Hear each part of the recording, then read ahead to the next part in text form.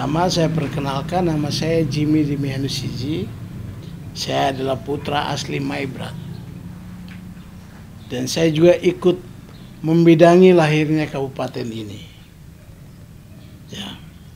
Waktu itu memang ketika mau dibahas undang-undang pembentukan Kabupaten Maibrat, saya dalam kapasitas sebagai Ketua DPRD Provinsi Papua Barat. Waktu itu jadi saudara Kone Kambu yang sekarang Kepala Dinas P dan P itu waktu itu memimpin delegasi ke Jakarta untuk melakukan pressure ke DPR RI supaya undang-undang itu disahkan. Nah, beliau menghubungi saya melalui saluran teleponnya. Pada saat itu saya lagi melakukan perjalanan dinas bersama Pak Gubernur Pak Bram ke Beijing, Cina. Waktu itu kami lagi melakukan pembahasan di seputar perdagangan carbon trade. Kan kita mengandalkan potensi hutan kita yang masih utuh ini, ya, supaya kita bisa mendapatkan sesuatu, mendapatkan benefit dari situ, gitu. Nah, terus saya terima telepon, beliau mengatakan, "Kakak di mana?" Saya bilang saya ada di Beijing, Cina. "Duh, kakak segera balik kak, bantu kami. Kami ini berjuang kampung halaman ini sudah 7 tahun tidak selesai." Terus saya bilang, "Oke, kalau begitu kalian tunggu di Jakarta, saya besok siang tiba di Jakarta." Gini ya. Pas malam itu kami terbang dari Beijing, tiba Jakartanya siang hari. Lalu mereka sudah jemput saya di bandara. Saya jemput,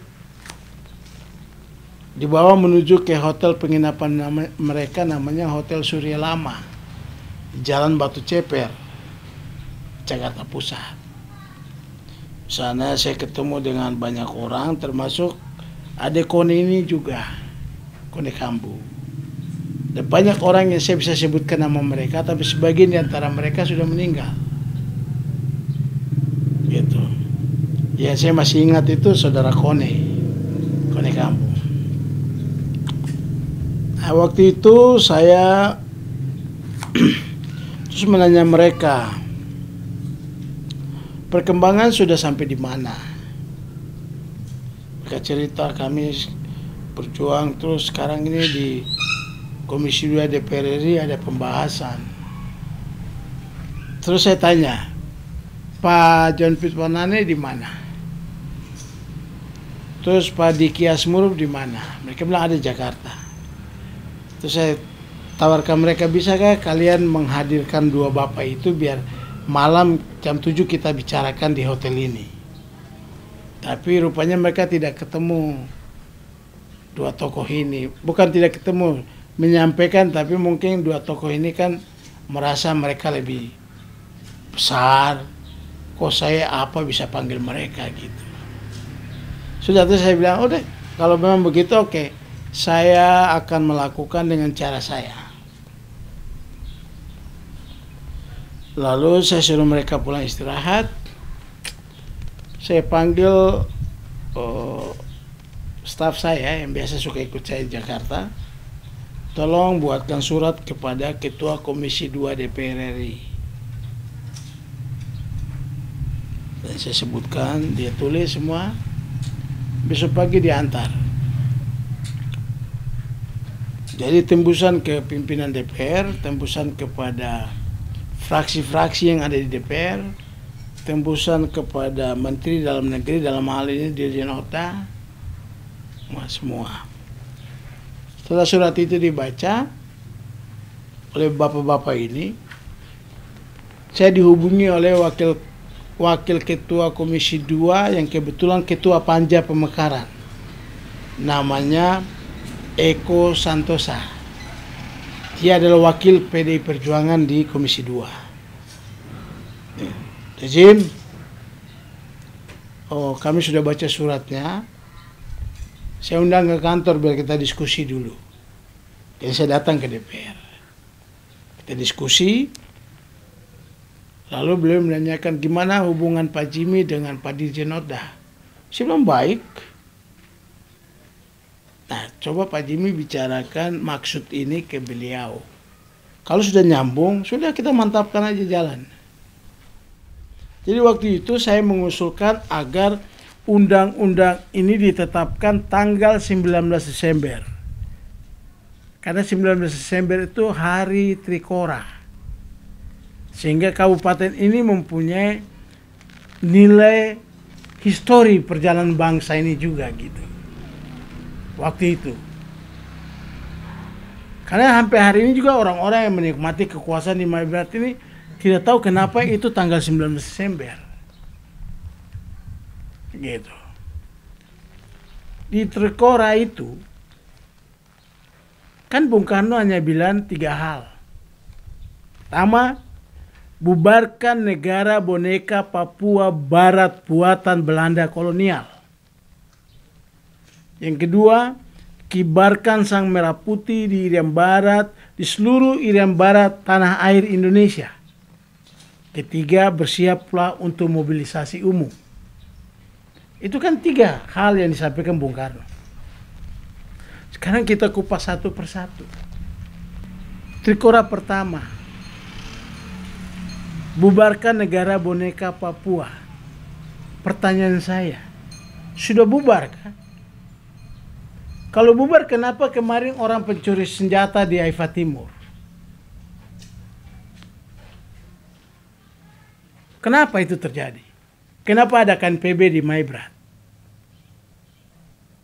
Berarti bahwa anasir separatisme itu masih ada. Karena itu kabupaten ini didirikan dengan maksud untuk menumpas itu, melawan itu. Nyatanya sudah mau 10 tahun usia kabupaten ini tidak ada itu. Aksi konkret itu. Orang sibuk hanya mengurusi kekuasaan dan ikutannya. Tidak peduli soal misi ideologis pertama itu. Saya sedih. Sebagai anak ideologis Bung Karno, saya sedih. Kita sudah membantu meyakinkan teman-teman ideologis di DPR itu untuk meloloskan undang-undang ini. Akhirnya lolos. Gitu. Nah, kita bicara misi kedua. Kibarkan merah putih di seluruh Irian Barat tanah air Indonesia. Dalam konteks Maibrat, saya ingin tanya. Adakah kesadaran orang Maibrat mengibarkan bendera karena sadar bahwa itu bendera negara? Ada. Kalau ada satu orang datang ke sini saya kasih hadiah. Yang saya tahu hari ini bendera merah putih dikibarkan kalau perintah Babinsa, perintah Kapolsek, atau aparat Pemda yang jalan siarkan atau umumkan pakai radio baru orang kibarkan bendera. Kibarkan bendera karena keterpaksaan, bukan kesadaran sebagai warga negara. Itu yang saya merasa kecewa. Kabupaten didesain untuk tujuan ideologis, malah dijalankan dengan tujuan pragmatisme kekuasaan. Hari ini yang terjadi. Karena itu, ketika adik-adik mahasiswa mereka datang demonstrasi di ibu kota, saya pikir mahasiswa ini kan menggunakan akal dan hati. Ya. Akal sehat tapi. Akal sehat. Bung Karno pernah mengatakan menanggapi aksi mahasiswa Indonesia di Jakarta juga. Dia bilang mahasiswa adalah akal dan hati dari masyarakat. Karena itu saya pikir mahasiswa Maibrat itu adalah akal dan hati rakyat Maibrat. Mereka berhak mengoreksi, menilai, menyampaikan pendapat bahwa kenapa kabupaten sudah sampai sekian tahun ini kok begini-begini saja. Ya. Kantor bupatinya tidak ada. Kantor DPRD-nya tidak ada. Rumah sakit juga tidak ada. Rumah sakit Pratama itu kan bantuan Kementerian Kesehatan Republik Indonesia. Itu bukan rumah sakit yang dibangun dari APBD Kabupaten Maibrat. Gitu. Jadi jangan dibanggakan.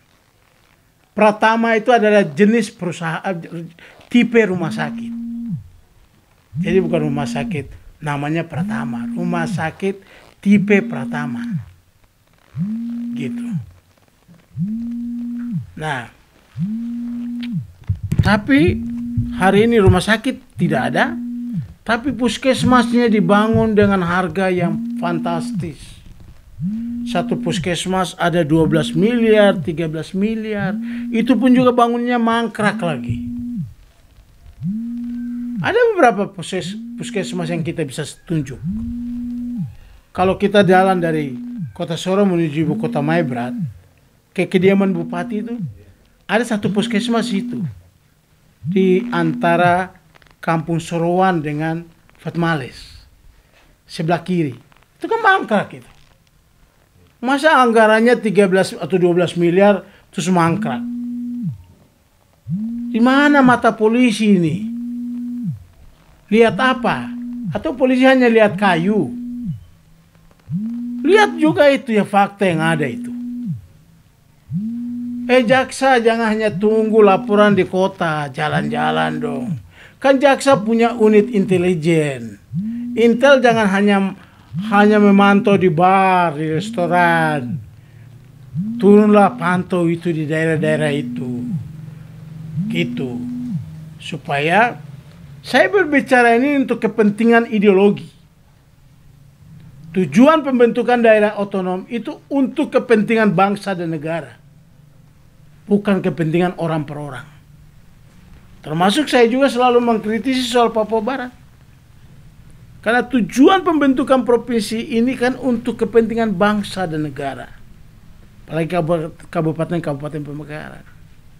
Karena itu saya sudah menyampaikan, kalau hari ini ada orang bicara tentang Papua Barat Daya, kabupaten-kabupaten itu, no, jangan mimpi di siang bolong. Saya akan meyakinkan Presiden, Menteri Dalam Negeri, pimpinan DPR RI dan MPR, bahwa pemekaran-pemekaran itu tidak ada korelasinya dengan perbaikan kesejahteraan rakyat dalam rangka memperkuat keutuhan bangsa dan negara. Semua omong kosong. Gitu. Kabupaten Maibrat, PAD tidak ada. PAD-nya tidak ada. Tapi bupatinya pakai Land Cruiser. Itu gimana itu? Masuk akal sehat nggak? Jadi kalau ada aksi menandingi aksi mahasiswa, itu saya bilang, ya, itu aksi akal sehat dilawan dan aksi setengah sehat. Mending saya bilang setengah sehat, kalau saya bilang kurang sehat atau tidak sehat, gitu. Saya bilang itu aksi setengah sehat. Karena masih ada orang-orang dari pegawai-pegawai, kepala-kepala kampung yang mau digiring buat aksi lawan mahasiswa itu masih berpikiran positif. Karena seharusnya aksi mahasiswa dilawan dengan jawaban yang tepat sebagai seorang kepala daerah. Bahwa begini-begini pembangunan belum berjalan karena begini-begini. Jelaskan mahasiswa itu pasti terima. Tapi kalau dengan reaksionis, kan ini muncul pertanyaan baru, ada apa? Gitu. Oh, gara-gara Pak Jimmy kemarin singgung dana COVID yang harus diaudit atau di ini. Terus sekarang kan sampai hari ini belum ada jawaban ini dari mereka. Satu pun tidak ada yang berani menjawab. Tanyakan teman-teman media ada nggak? Nggak berani toh. Yang gampang. Saya tiba Jakarta, saya surati di kop saya, Jimmy Dimenus Iji, anggota DPR RI, Komisi 5, fraksi PDI Perjuangan Dapil Papua Barat. Pada yang terhormat, Saudara Presiden Republik Indonesia, bla bla bla bla. Sebagaimana Bapak pernah tegaskan bahwa dana COVID jangan pernah diselewengkan sedikit pun. Saya tidak menuduh diselewengkan, cuma menjadi lucu dan sedikit aneh. Ya, belanja sembako 11 miliar.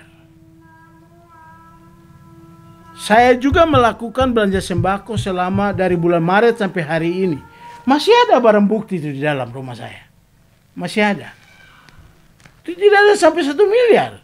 Itu 11 miliar itu belanja sembako kasih makan siapa? Jangan-jangan babi hutan pun dikasih makan. Tikus tanah pun dikasih makan.